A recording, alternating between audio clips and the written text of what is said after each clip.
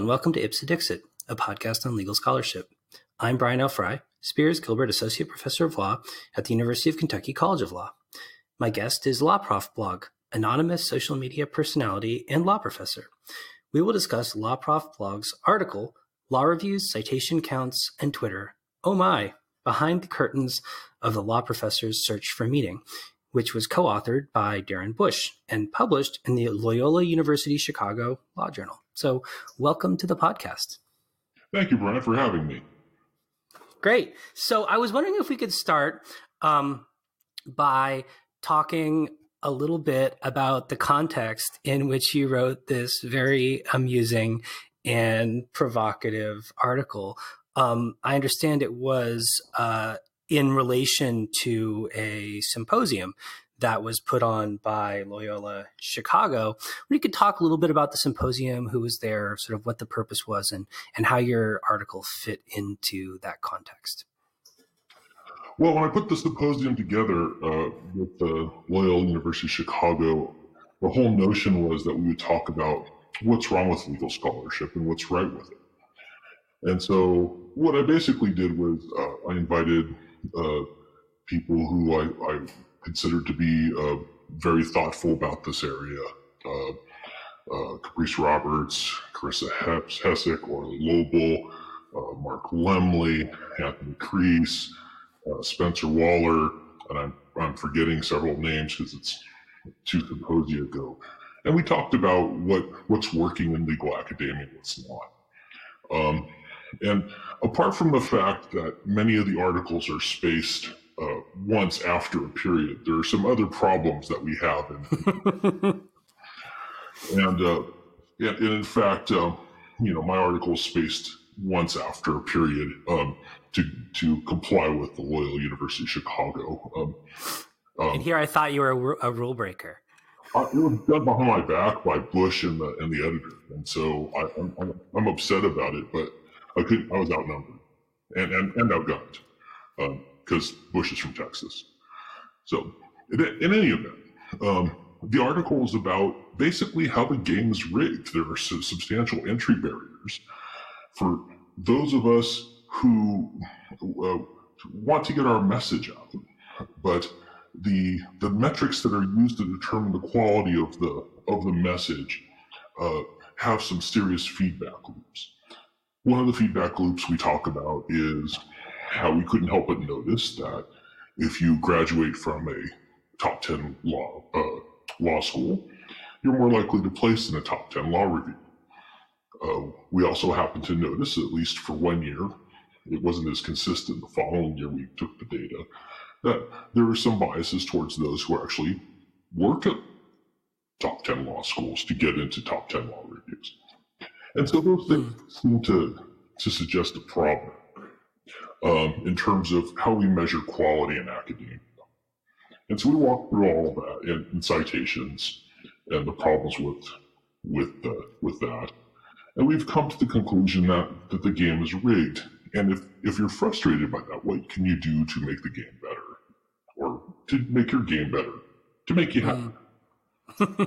Yeah, so maybe you could talk a little bit about sort of why it is that legal scholars are engaged in this project of producing legal scholarship in the first place. In other words, kind of what's the point of doing what we do, and how does that intersect with the methods of evaluating the quality or kind of the proxies that we tend to kind of institutionally use for better or for worse in evaluating the quality of legal scholarship? I mean, you talk about top 10 law reviews. What does that even mean? Well, hang on. I got to quickly Google what law professors do. But my thing about this is we are told, a lot of us love to write, and we're told we ought to write and publish well. And it becomes this quest for external validation that we see people approving of our article in some way. And the best way to do that for purposes of getting a pay raise or having academic prestige is to see ourselves cited. particularly if it's by somebody important, like SCOTUS. Another way to do that is to be placed well, right? Some people some law students at the top 10 law schools took the time to read my article and didn't reject it in 5 seconds like they do for most. And so that feeds my external validation. Mm-hmm. My thinking about scholarship is that that's not the right reason to do it. And I think most of us do it for the reason that we like to be creative. We like to think about problems. We like to solve problems. And we want to make a contribution to the world. And I think that's the reason that most of us write. And I think that creativity notion is hijacked by this quest for metrics. Mm-hmm. Mm-hmm. So, I mean, why do we have sort of the law review hierarchy out there in the first place? I mean, sort of where did it come from? Why does it persist? And why do people seem to accept or even internalize it so readily?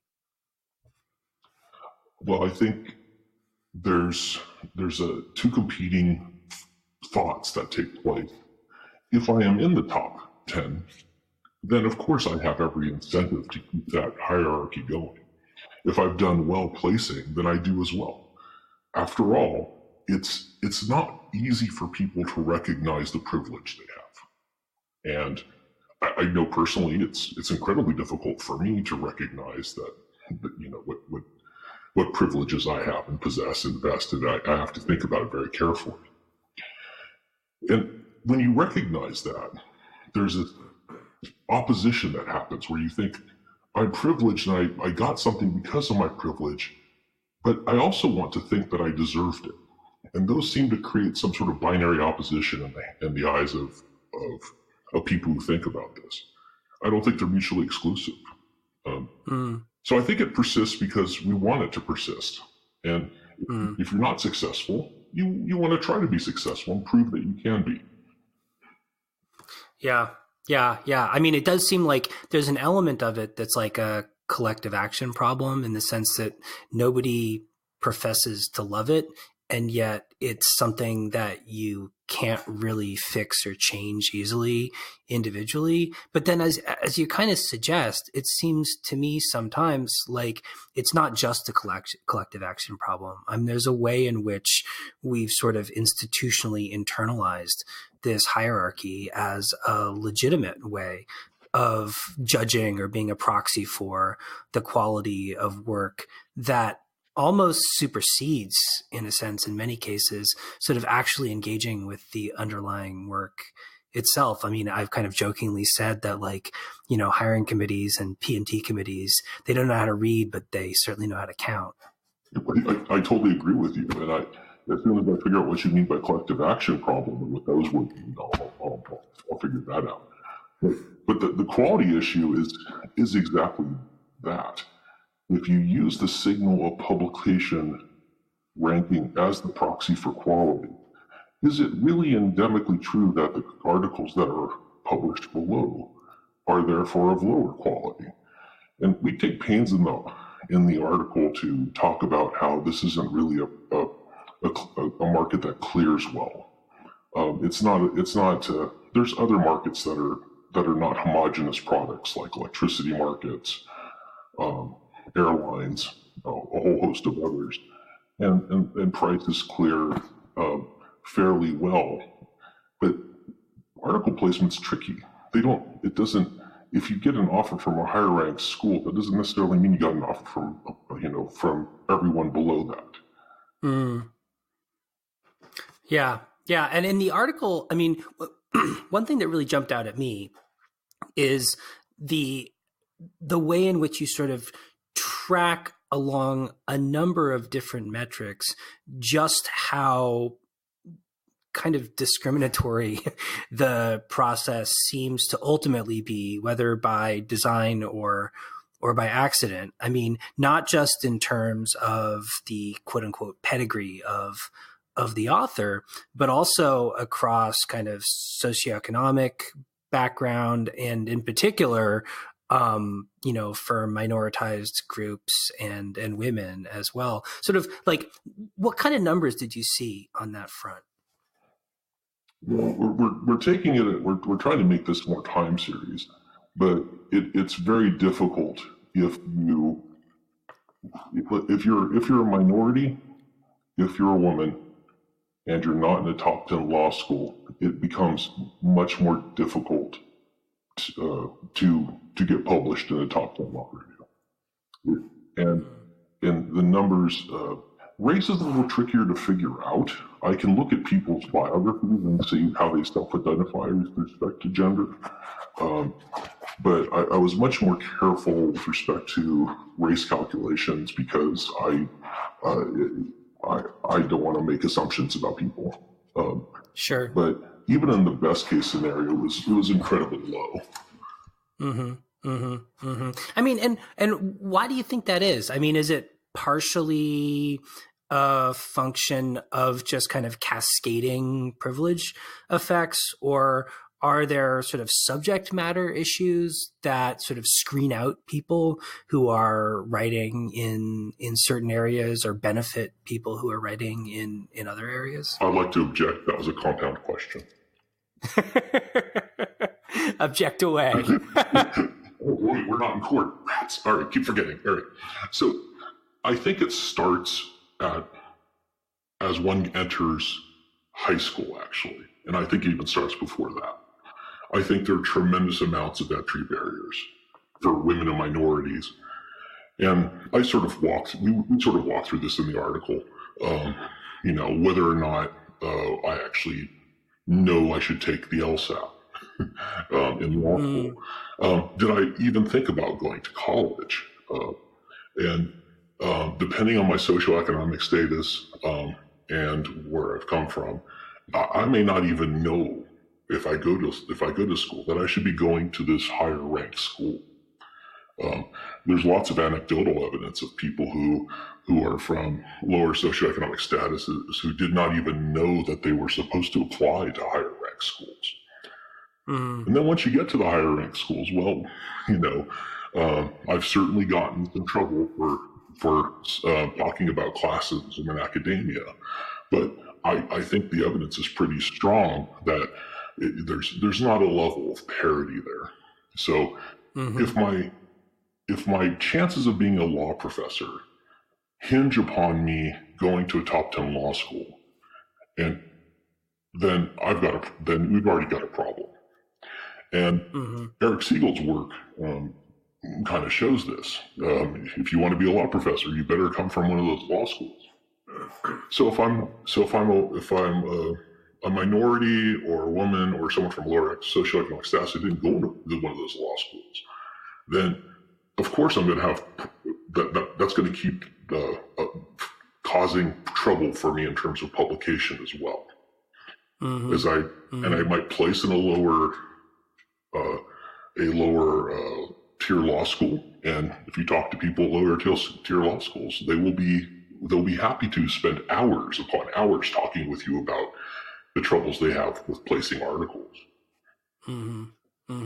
Yeah, it's interesting. I recall reading something a while ago from Jason Brennan in his usual cynical kind of vein. I mean, he observed from the perspective of like hiring committees and presumably law review selection committees as well, right? Where they've got a lot of work and they want to minimize it. Like using these kind of rough heuristic hierarchy proxies just makes their job so much easier and so much less costly for them at the cost of creating or perpetuating these hierarchies. And I wonder if that suggests that, we shouldn't more aggressively articulate an obligation on the part of the people in those positions to think more proactively and programmatically about the decisions that they're making and why they're making them. Yeah, I'm gonna take a break from this for a second. I'm gonna go practice talking. I'm gonna go practice my speech by talking to this wall. And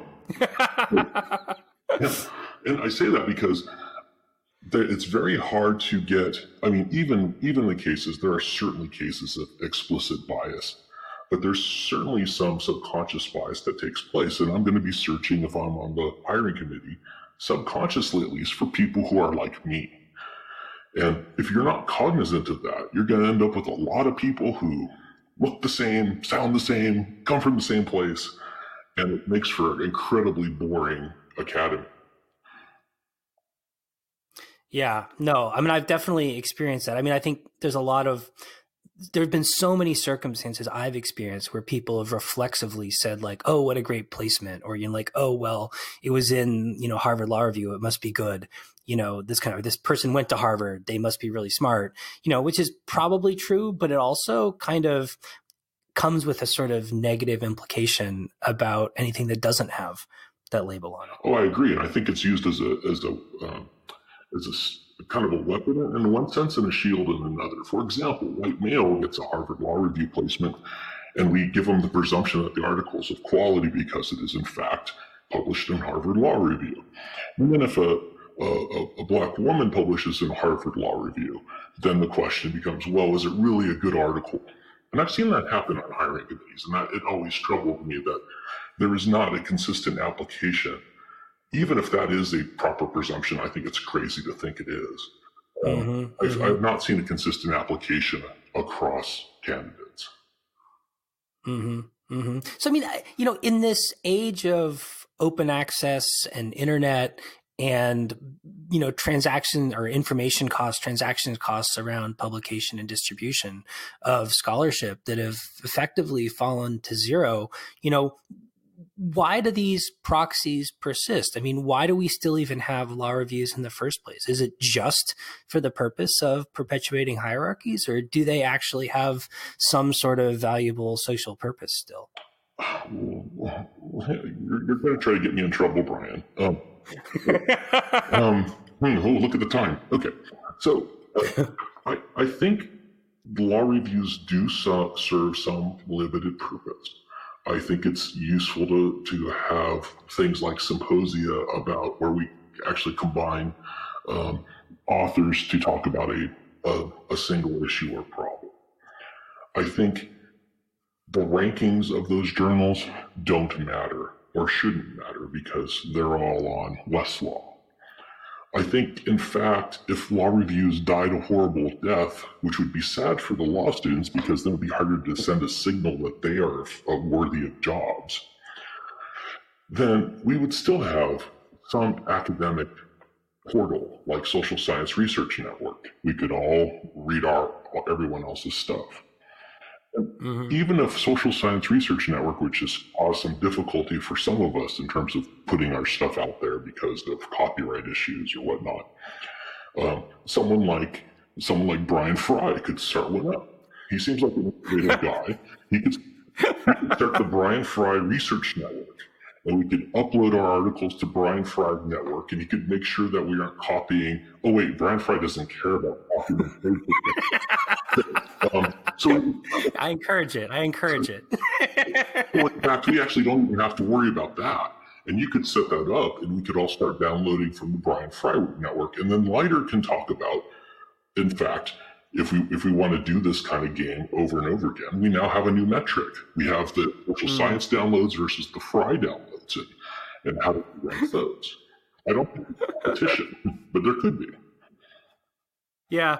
Well, I mean, I guess one thing that has always struck me, is what the perpetuation of this hierarchy and the kind of implicit market failures that come along with it say about legal academia and legal scholarship. I mean, I can't help but observe that, law professors seem to profess to know how to solve market failures in every market except the market for legal scholarship. And most of those are not economists, so it makes it even weirder and awkward when they say this kind of thing. But, there is no incentive to solve this. That's the problem, right? So, and it's not just the rankings. It's the fact that we have so much stuff we're publishing at an increasing rate.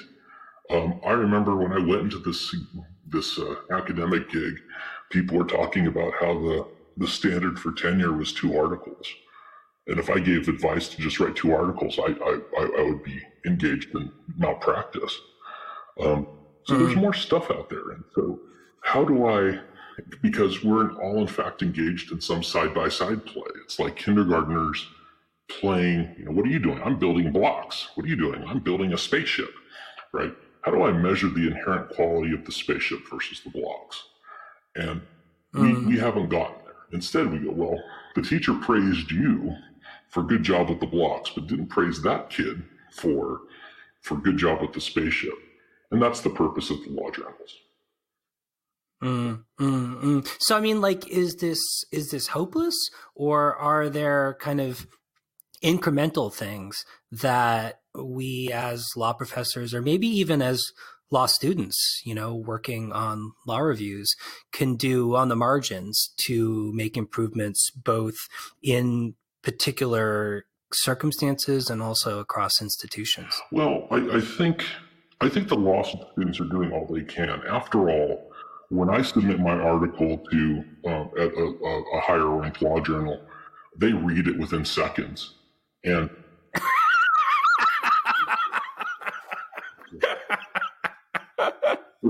it's impressive, isn't it? I don't think we can have them work any harder than that. On the other hand, I think it's almost like suggesting the law schools stop submitting data to U.S. News and World Report. Individually, it's not going to happen. And there might be legal implications if they all collectively decided to do so. I don't think that's going to happen either. I think there are people who are very invested. Some schools do bounties if you publish in a higher ranked law review. And some people get the bounties all the time, and some people never get them. Yeah, no, I've heard about that. It seems, just one more way of perpetuating this kind of problem, and such an intentional one too. Well, there's so many of us, and I think and I mean that law professors, and we are all trying to find our way around and are looking for ways to make ourselves stand out in that crowd. And so these invidious distinctions, to borrow a term from Thorstein Veblen, kind of help us to find our way, see where we are in the pecking order, much like 8th grade. Of course, I've chosen a different path. I've chosen to engage in a partial half-life of a Twitter comedian, but most professors want to be taken seriously all the time, and it's very hard to get that recognition in a crowded field. Yeah. Well, I mean, I wonder if you have any advice or thoughts or even just reflections on sort of the experience of being a law professor engaged in this hierarchical sort of struggle, and like how to sort of make the best of it, as it were. Like, what can people do? What do you do? And what kind of thoughts do you have about sort of ways of minimizing the pain and maximizing the good parts of the job? I'm not always successful at this. I mean, it really bothers me sometimes because of my own upbringing. I was not born into a very wealthy family, and my family had some of its own struggles. But my advice is segmented. If you're not tenured, do not listen to me at all. You don't want you emailing me saying you screwed up my life. Don't listen to me. Okay. Play the game. Be good at the game. Get published in high-ranked law reviews. Do all that stuff. And when you get tenure, then you get to decide what you want to do, what you want to be. And you could spend a lot of your time focused on how others perceive you. Or you could spend your time, perhaps, helping others, helping foment policies, helping those who come after us, doing things that actually improve the discourse. Yeah. I mean, it does seem to me like there's this constant risk that the sort of the struggle for tenure is so long and in many respects so kind of consuming that it's really easy to internalize and rationalize the system itself by the time you've gotten there. I mean, it's almost like a kind of Stockholm syndrome or something. I agree, and some people don't get tenure. And so, what advice do you give them? They're stuck in that perpetual loop where if they write the wrong article, it doesn't place well, or then what should we do? Should we fire them? The legal writing professors have high barriers in terms of getting article placements. That's why they publish and kind of do their own thing. But I think the problem is if that's all you think about, then that's going to eat you. And you see people get tenure and they're just totally lost. They just have this burnout and don't know what to do. They finally got what they wanted, and now what do I do with my life? It's almost like a midlife crisis. Mid-career crisis. Yeah. I mean, and one thing I've really noticed as well is that there's a way in which there are a lot of kinds of activities that kind of pro-social activities that law professors are in a unique position to engage in, whether it's, benefiting their students, benefiting their discipline, benefiting kind of legal scholarship more generally, that they don't necessarily seem to get a whole lot of kind of institutional or social credit for. And it seems to operate as like a disincentive, obviously, for people to do those kinds of things, even though it would be better if more people were to do them. I mean, have any thoughts on that? Like, what can we do institutionally to like encourage better and more productive citizenship and sort of ways of sort of mitigating some of these problems? Well, I think the schools are starting to give at least lip service to other types of avenues of experience. But then it comes down to pay raises and they go right back to the articles. So should blog posts count? What about blog posts that, are actually pretty scholarly? What about casebooks? What about filing amicus briefs? Some of those require a great deal of research. And schools say, well, that's good you're doing those things. But what's going on with your writing? You seem to have slowed down in the article. Yeah.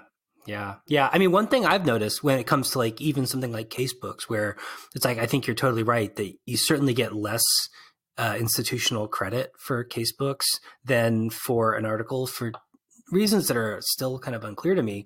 But what I found most ironic is that, if you publish a casebook with a commercial publisher, you get at least some academic credit. Whereas if you do open source casebooks, you basically get none, which I find really frustrating and ironic. I mean, it doesn't mean I'm going to publish a commercial casebook anyway, but it really seems like those kinds of metrics ought to be challenged. I mean, we ought to be encouraging professors to provide materials that students don't have to pay an arm and a leg for. I agree with you completely, which is quite scary. But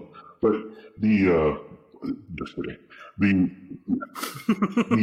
problem I have is that requires some serious conversation about what we mean by scholarship and what we as a school value. And I think schools are very uncomfortable doing that because that means there has to be a discussion of what's important and what's not. And that creates some battles. So one of the reasons I'm anonymous is I get no credit for any of this. And I did that deliberately. I wanted to make sure that it was understood that it was only the ideas that I prose that matter. And not I'm not doing it for reasons of pay raise or whatnot. Yeah.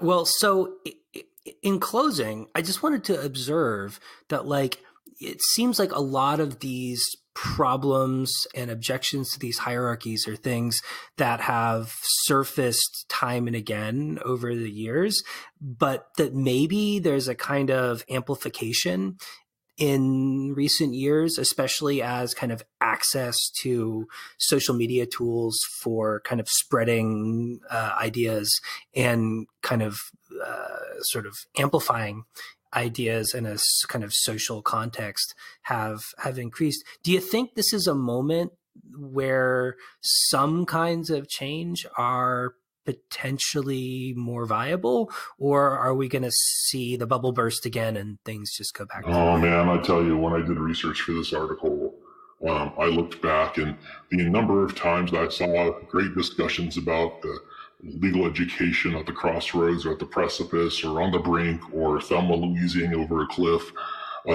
it's very frequent. So I think this is sort of a historical cycle, and I think it always tends to come back to the equilibrium point of having this hierarchy. And that's the problem with hierarchies. They're endemic. They're feedback mechanism. Yeah, endemic and very, unfortunately, resilient as well. Indeed. So I look forward to frydownload.com when it... Yeah. I think James Grimmelman beat me to the punch with Law Archives. So I guess I should be pushing that heavier because it seems like a pretty great platform. And of course, he's always really forward thinking when it comes to that kind of stuff. Bush would tell me that there should be competition among those platforms, bro. There we go. Competition among open access platforms for sure. Well, thanks so much for coming on the program. It's been a real pleasure talking to you and getting some of these ideas out there. Thank you, Brian, for having this and for doing this. I look forward to all your episodes.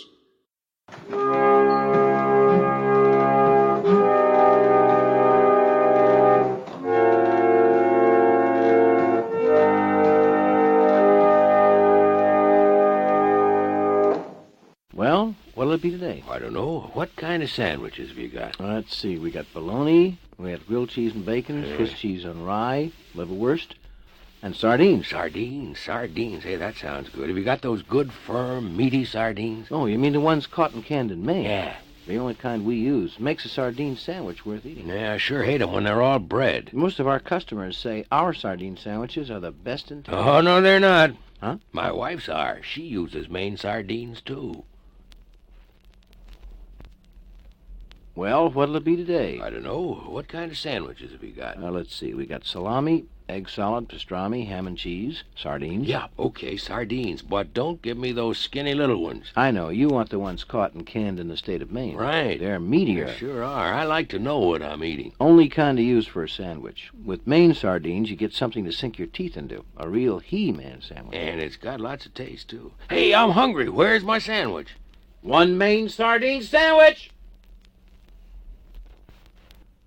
Hi, Hank. What kind of sandwiches have you got today? Well, how about a nice sardine sandwich? Sardine. Or bacon and egg, grilled cheese, salami. Yeah, give me sardine on a roll, but make sure I can find the sardines.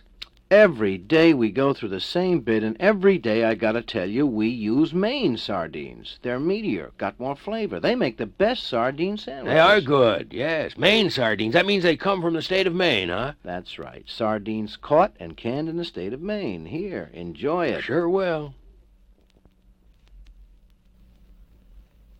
Hi, Hank. What kind of sandwiches you got today? Look, mister, why don't you just order a sardine sandwich? Yeah, come to think of it, your sardine sandwiches are really good. Some places you can't even find the sardines in the sandwich, but here you get a good, meaty sandwich. Lots of flavor, too. That what you want? Guess that's because you fellas know to use Maine sardines for sandwiches. Yeah, that's right. That what you want? Those Maine sardines sure make the best sardine sandwiches. Listen, I haven't got all day. You want a sardine sandwich? I tell you what, give me a sandwich of Maine sardines on rye.